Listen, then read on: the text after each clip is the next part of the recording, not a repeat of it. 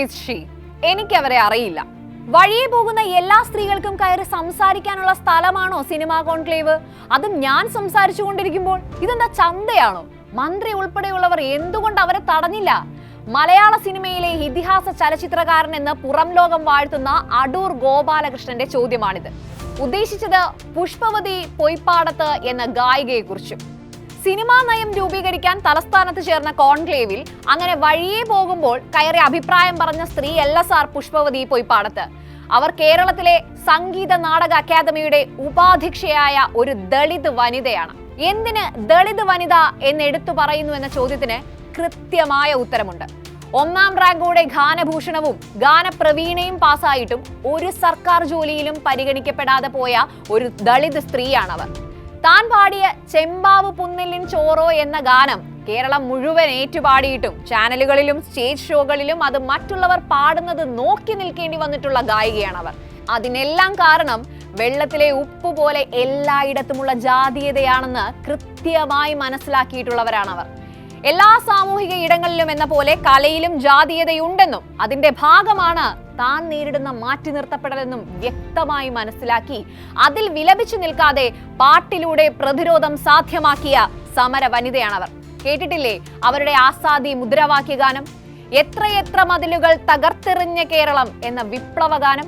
ശാസ്ത്രീയ സംഗീതം പഠിച്ച ഒരുവളെ നാടൻ പാട്ടിന്റെ ശീലുകൾക്ക് മാത്രം പരിഗണിക്കുന്നതിനോടുള്ള രോഷം അവർ പാട്ടുകളിലൂടെ അറിയിച്ചു. പുറത്താക്കപ്പെട്ട ഇടങ്ങളിലേക്ക് കഴിവ് തെളിയിച്ച് ഇടിച്ചു കയറുക എന്നത് പുഷ്പവതി ജീവിതത്തിന്റെ ഭാഗമാക്കി മാറ്റി. അങ്ങനെയാണ് ശ്രീനാരായണ ഗുരുവിന്റെയും പൊയ്കയിൽ അപ്പച്ചന്റെയും കൃതികൾ പുഷ്പവതി ഈണം നൽകി പാടി തുടങ്ങുന്നത്. നൃത്തത്തിലെ ജാതിയെക്കുറിച്ച് RLV രാമകൃഷ്ണൻ സംസാരിച്ചപ്പോൾ പാട്ടിലെ ജാതിയെക്കുറിച്ച് പണ്ടേ പാടിയവൾ. അവൾ ഉന്നയിച്ച സാമൂഹിക ആശങ്കകൾ, നിലപാടുകൾ എല്ലാം നിങ്ങൾ അറിഞ്ഞില്ലെങ്കിൽ കൂടി നിങ്ങൾ ഉൾപ്പെടുന്ന സമൂഹം ചർച്ച ചെയ്തിട്ടുണ്ട് മിസ്റ്റർ അടൂർ ഗോപാലകൃഷ്ണൻ. സിനിമ ഒരു തൊഴിലാക്കിയവർ ആരും അവിടെ പ്രതിഷേധിക്കുകയോ ശബ്ദമുണ്ടാക്കുകയോ ചെയ്തിട്ടില്ലെന്ന നിങ്ങളുടെ പ്രസ്താവന തന്നെ തെറ്റിപ്പോയി. നിങ്ങൾ ഉൾപ്പെടുന്ന സമൂഹം അറിഞ്ഞാലും ഇല്ലെങ്കിലും അവർ ചലച്ചിത്ര പിന്നണി ഗായികയാണ്.